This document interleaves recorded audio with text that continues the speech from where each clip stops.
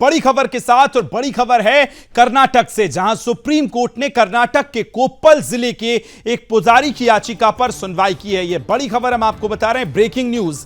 यह मामला एक मंदिर की अवैध अधिग्रहण से जुड़ा हुआ था, जिसे लेकर पुजारी ने अदालत का दरवाजा खटखटाया था। ब्रेकिंग न्यूज चलाइए। साथ में सुप्रीम कोर्ट की बेंच में जस्टिस सूर्यकांत और जस्टिस दीपांकर जत्ता भी मौजूद रहे। पुजारी की ओर से वरिष्ठ अधिवक्ता विष्णु शंकर जैन ने इस पूरे मामले को लेकर पक्ष रखा था। ग्राफिक्स से तो वो चला लीजिए। अधिवक्ता जैन ने कहा कि मैं रामानंदी संप्रदाय से आता हूं और उस मंदिर का पूजा करता आ रहा है।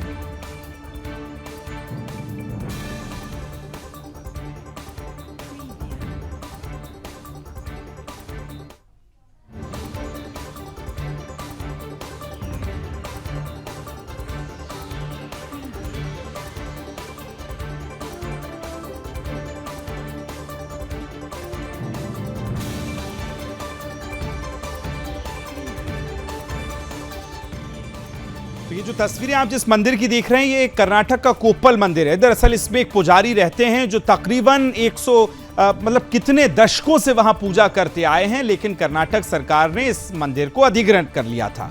उसके बाद ये याचिका लगाई गई थी कि मंदिर में पूजा अर्चन और जो पुजारी वहां रहते हैं वो वहां रह पाएं। इसको लेकर विष्णु शंकर जैन जी ने इस याचिका पर अपनी दलीलें रखी। सुप्रीम कोर्ट में सुनवाई हुई और सुप्रीम कोर्ट में सुनवाई के बाद ये तय हुआ और सुप्रीम कोर्ट ने अपना जो फैसला दिया वो फैसला ये है कि अब वहां पूजा होगी। साथ ही में जो पुजारी हैं, जस्टिस देखिए सूर्यकांत ने कहा है कि याचिकाकर्ता द्वारा हाईकोर्ट में दायर अवमानना याचिका के बिंदुओं को अदालत ने देखा है। सुप्रीम कोर्ट ने मामले में नोटिस जारी किया है और अगली सुनवाई की तारीख तय की जाएगी। इस बीच कोर्ट ने अधिकारियों को निर्देश दिया कि वो 14 फरवरी 2023 को हाईकोर्ट के द्वारा पारित अंतरिम आदेश का पूर्ण रूप से पालन करेंगे। साथ ही कोर्ट ने यह भी कहा कि याचिकाकर्ता पुजारी को मंदिर में पूजा पाठ की जिम्मेदारी निभाने दी जाए और उन्हें मंदिर में एक कमरे में रहने की अनुमति दी जाए, जिसमें सभी बुनियादी सुविधाएं उपलब्ध हों जो पहले ही दी गई थी। कोर्ट ने सख्त चेतावनी भी दी कि अगर आदेशों की अवहेलना होती है की जाती है तो इसे गंभीरता से लिया जाएगा। इसके अलावा अधिवक्ता जैन ने स्थायी अधिवक्ताओं को नोटिस के प्रति सौंपने की अनुमति मांगी, जिसे कोर्ट ने मंजूरी दे दी। ये बड़ी खबर हम आपको बता रहे हैं और अब बहुत जल्दी से हम आपको ये भी बताएंगे पूरा मामला क्या है, ग्राफिक्स के जरिए आपको समझाएंगे। तो ये बड़ी खबर कहीं ना कहीं कर्नाटक के कोप्पल मंदिर से जुड़ी आई है और ये बड़ी जीत भी है।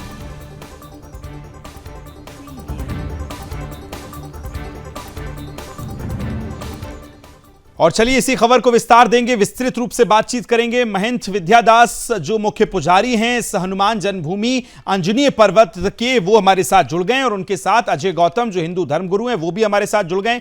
सभी का, दोनों का बहुत बहुत स्वागत करता हूं मैं। सबसे पहले शुरुआत महंत जी आपके साथ ही करना चाहूंगा। ये बड़ी जीत है, चूंकि आप वहां दशकों से रहते आए हैं, पूजा करते आए हैं और ये हमारी आस्था का एक बड़ा सवाल था। कैसे देखते हैं इस पूरे केस को? आज जब सुनवाई हुई, कैसे देखते हैं इस सुनवाई को सर? सत्य की जीत हुआ है मेरे नजर में। एक सत्य देर से सही लेकिन स्वस्थ रूप से प्रकट हुआ है जी। और इसके लिए हम विष्णु शंकर जैन जी और हरिशंकर जैन जी को, महाराज जी आपका कैमरा ऑफ हो गया, यदि आप कैमरा ऑन कर लेंगे तो बेहतर होगा। आपकी आवाज तो मुझ तक पहुंच रही है।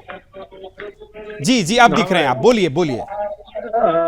सबसे पहले तो हम विष्णु शंकर जैन जी और हरिशंकर जैन जी को कोटि कोटि धन्यवाद देना चाहते और भगवान सदैव इनको धर्म के प्रति उत्साह बनाए रखे जी। और सत्य की जीत हुआ है। आज जो सत्य सामने आया है, आपको बतावें, आपके माध्यम से समाज को बतावें, जो यहाँ एक पूरे किष्किंधा लूट खसोट का अड्डा बना हुआ है जिला प्रशासन के द्वारा से। इसमें आज कई प्रकार के वीडियो आपको भेजा है, जो दीपावली जैसे हिंदू सनातन के महापर्व पर एक दीपक तक नहीं जलाता, जबकि यहाँ 30 से 35 लाख 50 लाख तक महीने की आमदनी होता है। और झूठ की पुलिंदा, यहाँ जो डीसी थे पहले, आज से 1 साल पहले विधानसभा में मीटिंग हुआ था, 6 से 7 मिनिस्टर बैठे थे। उस समय डीसी इतना सफेद झूठ बोला है जिसकी कोई सीमा नहीं। जो बाबा जी को तो मात्र 2 घंटे का ऑर्डर है हाईकोर्ट का, हमने परमिशन दे दिया है, जबकि कहीं भी टाइम लिमिट नहीं है। टाइम लिमिट है भी किसी ऑर्डर में तो सुबह महाराज जी, 6 मेरा बजे एक से और लेकर सीधा के सा सवाल कि ये जो अधिग्रहण किया गया था सरकार की तरफ से, इसका क्या उद्देश्य था? एक हनुमान मंदिर है, आप वर्षों से पूजा करते आए हैं, लाखों लोगों की आस्था का जो केंद्र है, उसे अधिग्रहित आखिर क्यों किया गया? इसका मेरे नजर में सिर्फ एक कारण था। जो 2008 में हमने हनुमान माला शुरू किया था 13 आदमी से, जी वो बढ़ते बढ़ते लाखों की संख्या में हो गया। उस समय यहाँ के एमएलए जो थे वो मुस्लिम थे।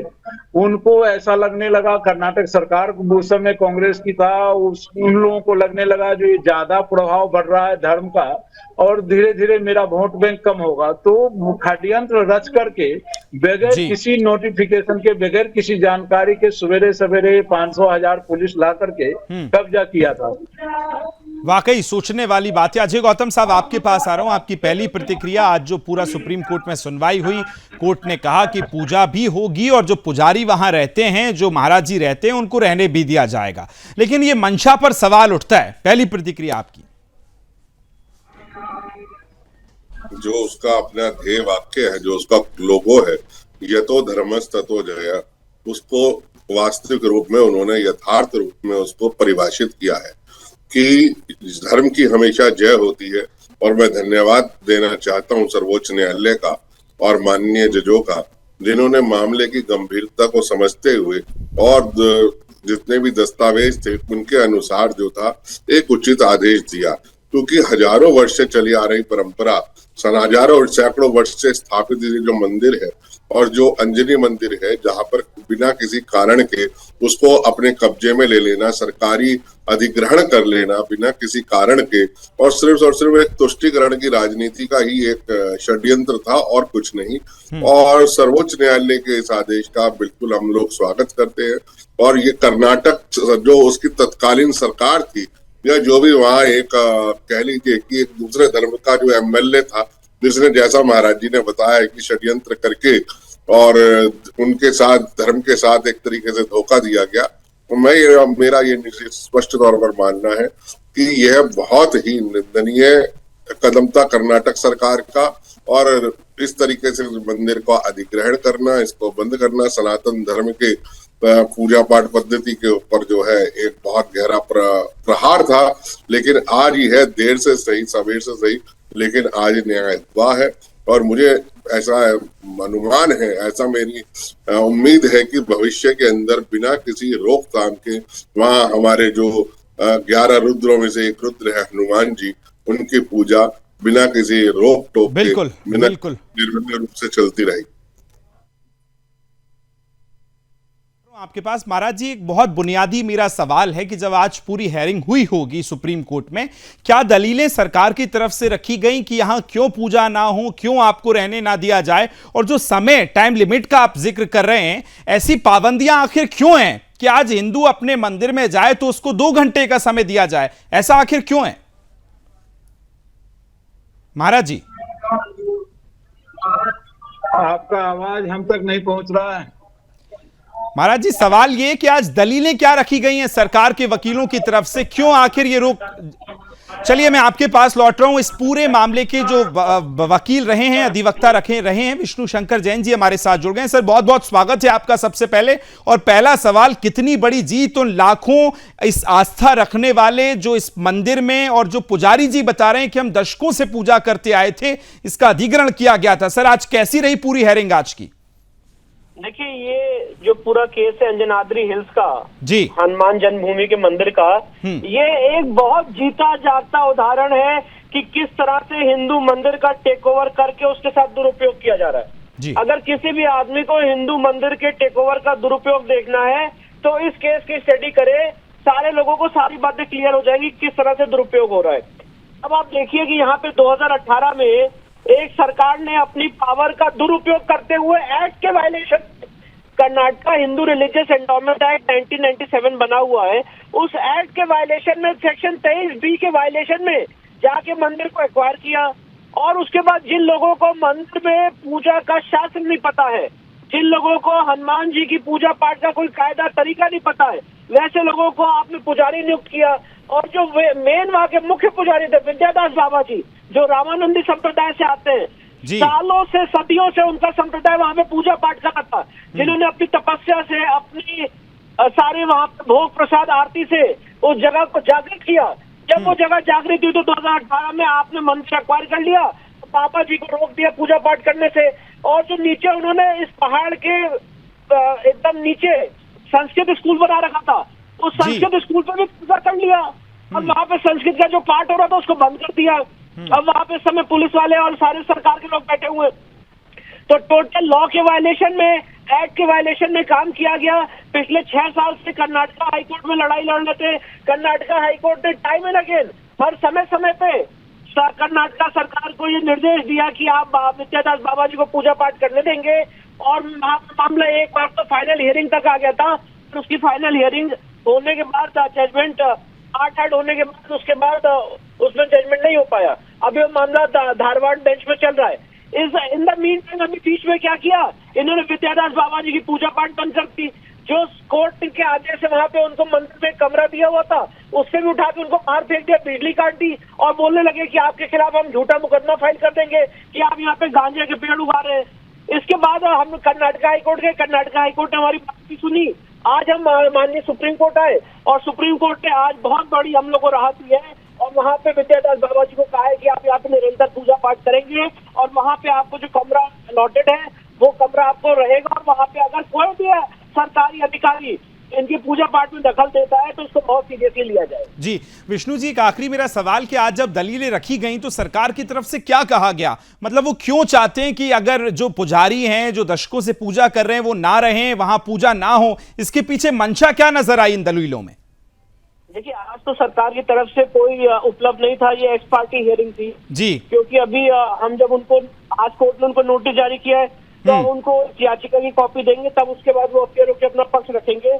पर उनकी जो मंशा है, मैं आपको क्लियर तौर पे बता दूं, उनकी मंशा ये है कि यहाँ पे जो दान चढ़ावा आ रहा है उसके बारे में किसी को कोई जानकारी ना मिले और जो मंदिर उन्होंने गलत ढंग से अपने पावर का दुरुपयोग करके जो मंदिर को उन्होंने अधिग्रहण किया है वो अधिग्रहण चलता रहे और जो मेन यहाँ के मुख्य पुजारी उनको बाहर फेंक दिया जाए कि उनका कोई भी जो वहाँ पे गलत काम कर रहे हैं उसको कोई उजागर ना कर सके। जी, आखिरी सवाल कि क्या भविष्य नजर आता है अगर इसके खिलाफ भी आगे वो जाएंगे तो क्या इसका पूरे केस का भविष्य नजर आता है? जी नहीं, मुझे ऐसा लगता है कि ये केस हम लोग जीतेंगे और जिस तरह से कर्नाटका हिंदू रिलीजियस एक्ट 1997 का दुरुपयोग किया गया है उसको हम लोग सुप्रीम कोर्ट के पटल पे, हाई कोर्ट के पटल पे उजागर करेंगे। इस समय बहुत जरूरी है कि समाज के सामने मैसेज आए कि किस तरह से हिंदू मंदिरों का अधिग्रहण किया जा रहा है, उनके दान चढ़ावे दक्षिणा का दुरुपयोग किया जा रहा है। 35,000 मंदिर, ये सिर्फ एक मंदिर की कहानी नहीं है सर। 35,000 मंदिर कर्नाटका में अंडर एक्विजिशन है। मैं आपको ऑफिशियल मेरा दिया हुआ नहीं है। 35,000 मंदिर इस समय सरकार के कब्जे में है और इस तरह से हर मंदिर के साथ, हर पुजारी के साथ दुरुपयोग किया जा रहा है, बदतमीजी की जा रही है, मंदिर के फंड का दुरुपयोग किया जा रहा है। तो एक क्लासिक केस है जब सारे समाज को जागना होगा और ये मांग करनी होगी कि हिंदू मंदिर सरकार की कंट्रोल से बाहर हटे। वाकई बहुत बहुत धन्यवाद हम भी करते हैं आपका विष्णु शंकर जैन जी, जो आपने इसकी पूरी लड़ाई लड़ी है और आज एक ये बड़ी जीत मिली है कि वहां पूजा भी होगी और जो वहां के मुख्य पुजारी हैं वो भी वहां रहेंगे। चर्चा लगातार जारी है। एक बार फिर मैं लौट रहा हूं महंत विद्यादास जी के पास। महाराज जी, सवाल मेरा ये है कि जब ये पूरी हेयरिंग चल रही थी उस दौरान अभी जैसे विष्णु शंकर जी भी बता रहे थे कि खास तौर पे टारगेट किया जाता है ऐसे मंदिरों को और कितने मंदिरों का उन्होंने जिक्र किया, किस तरह से आपको परेशान किया गया, जो आपसे बात अभी जो टाइम लिमिट की आपने बात की वो कैसे रखी गई, जरा वो भी बताइए महाराज जी। कई प्रकार की घटनाएं इसने किया बेवजह का। हम जहां जिस रूम में रहते उस रूम में गांजा फेंकना, हमारे रूम का लाइट कट कर देना, पानी कट कर देना, क्या बोलते हैं उसको, किसी भी समय पर कोई पूजा करने के लिए डीसी खुद आकर के, वर्तमान जो डीसी है खुद आकर के विरोध प्रकट करता है, तुम बाहर जाओ हम दूसरे पुजारी से पूजा कराएंगे, जबकि हाई कोर्ट का ऑर्डर है नहीं जी। तो ये एक प्रकार का मतलब दुनिया में जितने भी गंदे और घटिया हथकंडा अपनाना होता सभी ने जिला प्रशासन तहसीलदार से लेकर के डीसी तक अपनाया। समझिए एक साइकोलॉजिकल प्रेशर बनाने के लिए, मनोवैज्ञानिक प्रेशर बनाने के लिए। कितनी बार जब आपको बतावे, बैजू भाई वाला कर्नाटक के राज्यपाल थे, उनको हमने इनवाइट किया था अंजनी पर्वत पर आने के लिए, वो आए भी, उनको पूजा करने नहीं दिया। 100 बार कर्नाटक के राज्यपाल फोन लगाया डीसी को, जो हमको पूजा करना है, करवाना है बाबा जी से जी। एक बार भी सही ढंग से कर्नाटक के राज्यपाल को रिस्पांस नहीं दिया डीसी। समझो उस समय की बात है, जो धक्का मुक्की मेरे साथ में किया, हमको उठा करके बाहर फेंक दिया, और जबकि राज्यपाल वहां प्रेजेंट में क्या बोलते डीसी के सामने खड़ा है। तो वाकई महाराज जी निंदनीय है ये जो तमाम चीजें जो की गई आपके साथ, जो अभद्रता की गई, जो व्यवहार किया गया। अजय गौतम साहब, आप तो खुद इस तरह की कितनी ही याचिकाएं लगा चुके हैं, केस चल रहे हैं, आप लगातार जाते हैं, हेयरिंग्स में शामिल होते हैं। इस पूरी केस स्टडी में आपको अभी क्या नजर आता है, और जो ये एक्शन लिए गए, क्या आपको ये लगता है कि बिना ऊपर की परमिशन के, बिना इस तरह के अधिकारी एक्शन लें? बिना पॉलिटिकल दबाव के कभी भी कोई भी जो सरकारी नौकर है, ब्यूरोक्रेट है, डीसी है या कोई भी है, वो कभी कर ही नहीं सकता जब तक उसे ऊपर से इंस्ट्रक्शन ना हो। हम लोगों ने ऐसे बीसीओ मामले मंदिरों को बचाने के लिए लड़े हैं, दिल्ली हाई कोर्ट और सर्वोच्च न्यायालय में, उत्तराखंड उच्च न्यायालय में ले, और वहां पर यही पता चलता है कि जब तक सरकार की मेलाफाइड इंटेंशन नहीं होती, तब तक जो है किसी अधिकारी की हिम्मत नहीं है कि वो इस तरीके का किसी भी सनातन धर्म के प्रति, मंदिर के प्रति, पुजारी के प्रति अभद्र व्यवहार करे। इसलिए जो लेकिन ये जो केस है, ये बहुत ही एक तरीके से क्लासिकल एग्जाम्पल है कि ये किस तरीके से जो हाई कोर्ट के ऑर्डर को भी अवमानना करना और उसका भी मखौल उड़ाना, और ये एडमिनिस्ट्रेशन जिसे कहते हैं ना, एडमिनिस्ट्रेशन ऑफ जस्टिस, यानी न्यायपालिक एडमिनिस्ट्रेशन ऑफ जस्टिस का मजाक उड़ाना है। ये सनातन धर्म पर तो हमला है ही है, साथ में एडमिनिस्ट्रेशन ऑफ जस्टिस पर भी हमला है कि जब हाई कोर्ट का ऑर्डर है कि उसको भी इन्होंने नहीं माना, तो आखिर में सर्वोच्च न्यायालय के अंदर इनको आना पड़ा बाबा जी को, और सर्वोच्च न्यायालय ने न्याय किया। तो कहने का मतलब है, जो सर्वोच्च न्यायालय में एक्स पार्टी ऑर्डर या इंटरिम ऑर्डर तब ही पास होता है बिना स्टेट को या दूसरे को नोटिस करे, जब मामला प्राइमा फेसाई बहुत ही क्लियर हो। और सर्वोच्च न्यायालय ने आज जो आदेश पारित किया, वो एक तरीके से तुष्टीकरण के मुंह पर एक तमाचा है। वाकई निश्चित तौर पर एक ये बड़ा तमाचा है ऐसे लोगों के खिलाफ भी। महाराज जी, विद्यादास जी हमारे साथ जुड़े हुए हैं। सर, आखिरी सवाल, चूंकि समय हमारे पास अब बहुत कम बचा है, सवाल इतना सा कि ये जो मंदिर है, इसकी अंजनी पर्वत पर मौजूदगी है, क्या इसका विशेष महत्व है, क्या इसका इतिहास रहा है, इस पे थोड़ा सा एक प्रकाश डाल दें महाराज जी। ये पुराण के मुताबिक यहाँ अंजना देवी हनुमान जी की माँ 7000 वर्ष तक तपस्या की हैं। यहीं पर सप्त ऋषि आकर के अंजनी माता को वरदान दिए, और हनुमान जी बताया जाता है यहीं से हनुमान जी सूरज को निगलने के लिए छलांग लगाए थे। और ये पूरा किष्किंधा, जो रामायण में 7 कांड का एक कांड है, किष्किंधा कांड, पूरे क्षेत्र में इसका जगह चिन्हित है। ऋषिमुख पर्वत है, पंपा सरोवर है, बाली का किला है, मधुबन है, फटिक शिला है, जो किष्किंधा कांड में जितने भी प्रमुख जगह हैं सभी यहाँ पर हैं। और एक प्रकार से आपको बतावे, पंपा सरोवर 4 सरोवर में एक सरोवर है, जहां लाखों रुपया आता, लेकिन एक मंगला आरती करने वाले कोई नहीं है इसमें। ये सब जिला प्रशासन के एक प्रकार से, जितने जिला प्रशासन में जितने भी एम्प्लॉयड लोग हैं, जितने भी कर्मचारी हैं, वो अपने आप को दुनिया के सबसे बड़ा व्यक्ति मानते हैं इसमें। वाकई बिल्कुल ऐसे लोगों पर सख्त कार्रवाई भी होनी चाहिए कि आखिर क्यों इस तरह की चीजें हो रही हैं, जब सुप्रीम कोर्ट ने और हाई कोर्ट ने ये पहले कह दिया था। तो अजय गौतम जी, आखिरी टिप्पणी आपकी इस पूरे केस पर। नहीं, देखिए, ये आप देखेंगे रामायण कालीन जो है, इसका एक ऐतिहासिक और धार्मिक महत्व है, और भगवान हनुमान जी से जुड़ा हुआ है, जिसका आज हनुमान जी, देखिए हनुमान जी का आज कह लीजिए कि हनुमान जी आज वो देवता है जो विश्व में सबसे ज्यादा प्रसिद्ध है। यानी कि अगर बराक ओबामा भी अपने पास में हनुमान जी की मूर्ति रखते हैं, और हर व्यक्ति हनुमान चालीसा को राष्ट्रगान की तरह समझता है और उसको कंठस्थ होता है, तो मेरा कहने का मतलब है, रामायण से जुड़ी हुई, सनातन धर्म से जुड़ी हुई इतनी महत्वपूर्ण जो मंदिर है, उसके ऊपर इस तरीके का तुष्टीकरण करना, मैं कहता हूँ निंदनीय है, और ये राजनीतिक पाप है, ये धर्म की दृष्टि से पाप है, और जो सरकार के द्वारा अपनी ताकतों का बेजा इस्तेमाल है और एडमिनिस्ट्रेशन और जस्टिस के अंदर इंटरफेयर है। सर्वोच्च न्यायालय ने जो भी फैसला लिया है, मुझे लगता है कि ये एक नजीर साबित होगा और सरकारों के पर एक तरीके की नजीर साबित हो, ताकि भविष्य में इस तरीके के पौराणिक ऐतिहासिक मंदिरों पर कोई भी इस तुष्टीकरण का प्रहार न हो पाए। वाकई बहुत महत्वपूर्ण है ये, और ये जो आज का फैसला आया है उसका हम स्वागत करते हैं। और महाराज जी, विद्यादास जी, आपको भी बहुत बहुत बधाई कि आपने ये जो लड़ाई लड़ी है हाई कोर्ट से लेकर आज सुप्रीम कोर्ट तक की, और उसके बाद ये फैसला। आप दोनों का बहुत धन्यवाद मेरे साथ इस चर्चा में जुड़ने के लिए, शामिल होने के लिए, अपना वक्त देने के लिए। चलते चलते बहुत जल्दी से अब आपको एक बार फिर ग्राफिक्स के जरिए हम आपको बताते हैं कि पूरा मामला क्या है।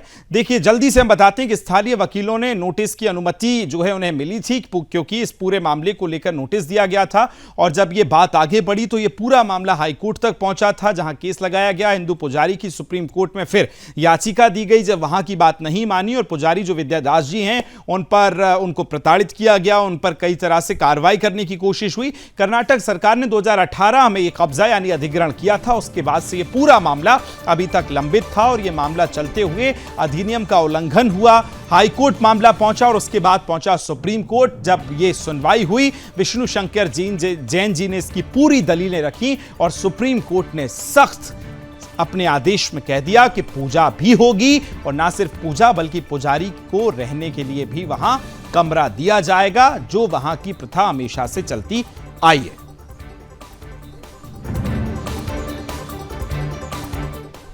और इसी के साथ इस खास पेशकश में फिलहाल इतना ही। मुझे और मेरी पूरी टीम को दीजिए अनुमति।